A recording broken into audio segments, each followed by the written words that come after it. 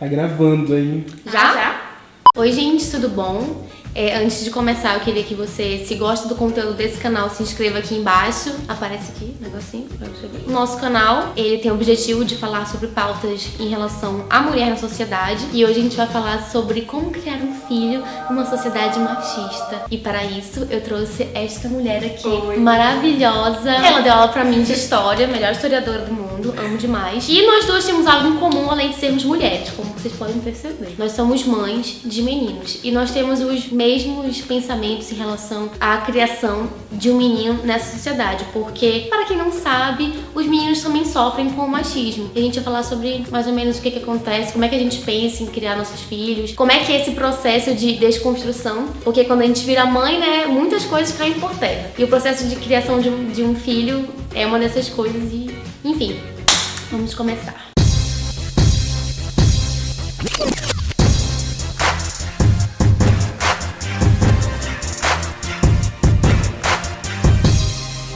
Na realidade, na teoria é tudo muito lindo, a prática ela é muito mais complexa. Nesse dado momento, eu tento criar meu filho sem aquela perspectiva de gênero, de rosa, de azul. Desde o princípio, quando eu engravidei, comecei a comprar as roupinhas, nunca comprei por questões de cores. E durante os 4 anos da vida dele, eu criei dessa forma. Só que de um tempo pra cá eu percebi que ele começa já a ter posições diferenciadas da minha educação. Um exemplo básico, que ele adoeceu recentemente, levei ele pro pronto-socorro e ele não quis usar o termômetro, porque o termômetro era rosa. Eu fiquei chocada, ele fez um escândalo, as enfermeiras riram, mas eu particularmente não achei graça nenhuma naquela situação. E o que a gente percebe é que por mais que você tenha umas posições claras sobre a ideia de sexualidade, sobre a liberdade do menino e uma educação voltada realmente para o respeito em relação ao outro, principalmente às meninas, a sociedade é um pouquinho mais pesada do que a gente. Já dizia um provérbio árabe que os filhos são mais filhos do seu tempo do que nossos, e eu tô sentindo um pouco esse drama nesse momento. Eu tenho muita preocupação sobre o que os outros estão influenciando o meu filho. Mesmo.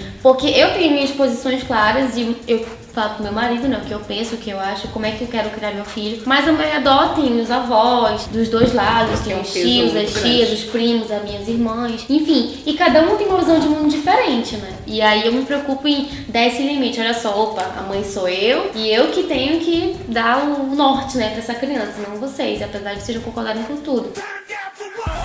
E aí fica aquele impasse, né? Eu dou limite, eu tenho que ser mais firme, ou eu deixo, em casa eu converso, é complicado. Na realidade, acho que tem que partir da conversa no coletivo, né? Por mais que você não consiga chegar mesmo no centro da questão da educação daquele indivíduo, que na realidade, vamos ser bem sinceros, são pessoas de outras gerações, mas eu acho que o âmbito da conversa ela é muito interessante. Por exemplo, eu sou mãe solteira, né? Cuido da educação do meu filho, ele tem contato com o pai, mas sempre que eu posso, eu dou, assim, uma conversada com o pai, tudo bonitinho. O pai é muito aberto, apesar dos dois, pai e mãe, terem uma educação um pouco diferenciada. Tento conversar também com a avó materna, que é de uma complexidade muito grande. Eu sempre acreditei que esse machismo, ele provém da educação, principalmente da mulher. Boa parte da educação do teu filho, entendeu? Tá sobre o seu respaldo. Então, algumas questões desses valores, desses meninos que são machistas, vêm da mãe. E aí vem a preocupação com a avó materna, que convive tanto com ele. Então, nessa perspectiva, eu sempre tento conversar com ela. Falo assim, olha, mãe, não é mais assim. A gente tem que educá-lo para respeitar o próximo, respeitar a menina.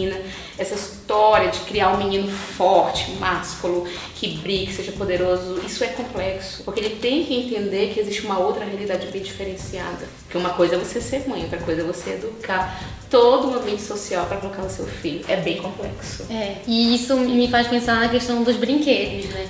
Hoje em dia já tem uma discussão sobre a questão do brinquedo sem gênero. Porque na verdade o brinquedo é pra brincar, então qualquer brinquedo serve pra brincar. Se a criança quiser, ela pode. Mas ainda tem isso, principalmente nas escolas, tipo assim, isso aqui é a ala das meninas. O azul e o rosa diferencia. E tipo, o meu filho, eu tento sempre deixar ele à vontade pra ele escolher o que ele quer. E realmente ele escolhe. E o primeiro boneco dele, na verdade, foi uma boneca, né? Que ele ganhou do pai dele. Inclusive o aniversário dele de 1 ano foi sobre essa personagem. E ninguém falou nada, ainda bem, porque se falasse eu ia rodar a baiana, porque é uma inocência, né? Uma criança que gosta de um personagem, então não tem por que problematizar, né? Isso, sabe? É uma coisa que pra mim é muito sem sentido, né? Tu não deixar uma criança brincar com uma boneca porque é coisa de menina. E isso vai até essa questão de, tipo, a menina brincar de bebezinho, de ser mãe, de cozinha.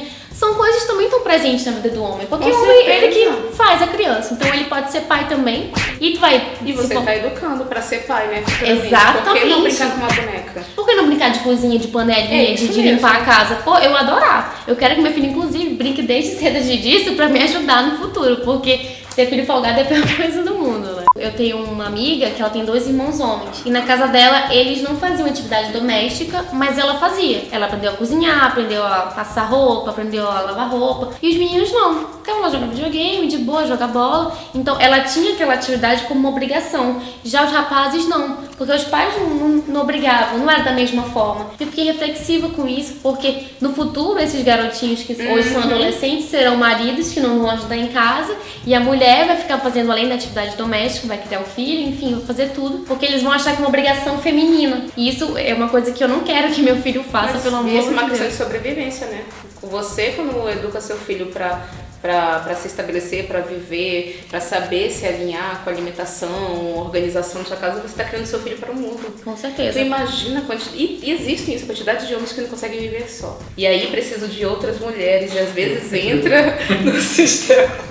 Entra simplesmente no relacionamento não porque ama aquela pessoa, não porque precisa assim conviver com aquele indivíduo, mas precisa de alguém pra fazer as coisas por você. É um verdadeiro absurdo. Olha, eu acho um absurdo um cara morar sozinho e saber cozinhar. Eu acho um absurdo, gente. Não é possível. Tem que saber cozinhar, tem que saber arrumar. E vamos pensar também na outra perspectiva. Também não é porque eu sou feminista, entendeu? Que eu acho que o homem tem que fazer suas atividades, que eu também não vou deixar, que eu vou deixar as meninas também, né? Sem ter essa educação. Acho que todo mundo tem que ter, acho que tá tendo um pouco de crise, né? Se eu pego uma vassoura ou boto uma menina pra fazer uma atividade, não pode, porque você tá educando essa menina pra ser, né, doméstica. Não, estou educando essa menina pra limpar a casa, pra morar ser lá. liberta, pra não precisar dos outros pro seu processo de sobrevivência. Porque pessoas que precisam de outras pessoas, elas vivem doentes. E isso gera uma depressão inacreditável, porque nem sempre aquele indivíduo vai estar lá pra te ajudar. Não vai. É. E uma mãe hoje que não tem essa preocupação é uma mãe que tá muito fora do seu tempo, essa é a realidade. Entendeu? Acho que pra você viver na coletividade com o outro, você tem que saber primeiro viver só e tem que viver muito bem. E é isso que eu ensino pro meu filho. E é difícil. Mano, teu filho já começou a estudar? Já. Quando chamam, né? Que bota lá mãe. Mãezinha, o seu filho. Eu fico meio assim. Fez isso, fez assado, né? Eu me sinto assim, uma pessoa tão frágil, mãezinha. Engraçado, na verdade, fala assim, não tem paizinho não? Só tem mãezinha? Pois é. Não tem paizinho não, só tem mãezinha. Não, essa mãe não educa essa criança, não? É isso. Eu falei, olha, eu não vou educar não, vou deixar pro pai mesmo educar. Porque se eu fiz sozinha, não é isso? Querem dizer isso, né? Quando falam que a mãe não educou a criança. E o pai, briga com o pai. Eu já briguei com algumas amigas minhas por causa disso, que elas reclamando de criança fazendo birra. Então eu falei, sim, tu tá reclamando da mãe, mas ela foi feita como a criança? Tinha que ter 2, né?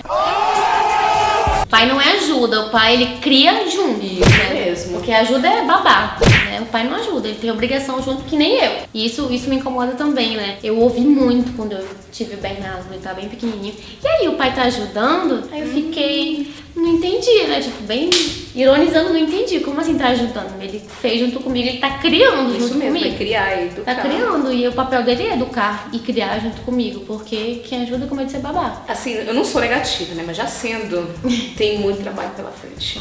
Tem muito trabalho pela frente. E eu acho que os nossos filhos é que serão essa próxima geração, uma geração muito mais humanizada enquanto homem, enquanto pai. Mas aí eu pergunto, Bia, quantas mulheres fazem esse trabalho? E é um trabalho muito difícil. É mais fácil jogar teu filho pra sociedade criar, né? É mais fácil jogar teu filho pra constituir seus valores de acordo com o outro. Mas você se impor e colocar limites é muito difícil. E quantas mulheres estão fazendo isso? Eu tenho que dar ênfase sim, eu tenho que discutir sim, eu tenho que questionar sim.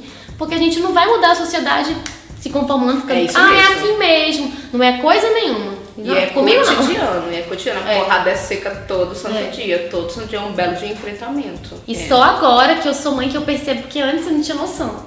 As pessoas tinham filhos e eu, ok. Agora que eu sou mãe, eu vejo, caramba, que peso que a gente tem nas costas. Um peso não é nem no sentido de ser uma carga ruim, mas assim, de responsabilidade mesmo, porque é um cidadão. Essa criança, que hoje é um bebê, no teu caso já é uma criança, ela é o futuro.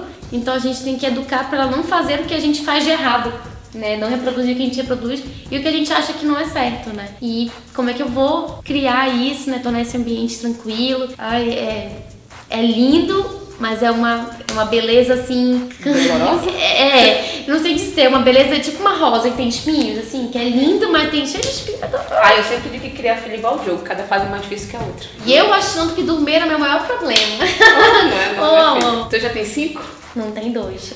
Tem 2, dá um bebê, mas mano, quando chegar assim que você vai ver. Gente do céu. Escutou muito isso. A cada um que faz, mas peraí, tu vai ver isso ainda. Eu fico, opa, tô ansiosa. É tão bom quando tem 2 anos, é tão gostoso. A gente tá reclamando que a gente começa a andar, né? E quando a gente começa a falar, dizer não. Mas é assim mesmo, isso é uma maternidade, né? É viver aos céus. Sem véu, tirando o véu da maternidade. Tirando o véu né? Totalmente, viu, meninas? Por isso que aquela história de impor maternidade pros outros é muito complexa. Você tem realmente que amar o processo, porque é difícil. Eu amei ver aquele menino deu um caminho, uma luz. Ele é maravilhoso, ele é lindo, ele é fofo, mas ele é um desafio. Nossa, a melhor palavra que adjetivo, desafio. Desafio, maternidade é desafio. Então a gente termina por aqui. Eu quero agradecer a Miri Laura, porque foi maravilhoso. Inclusive ela volta mais vezes. Com certeza, estaria aqui belíssima. Obrigada, espero que vocês tenham gostado desse bate-papo, porque a ideia é essa mesmo, a gente conversar e falar como se fossem nossas amigas aqui assistindo a gente. Muito obrigada, beijão. Até a próxima, tchau. E aí, gatinha?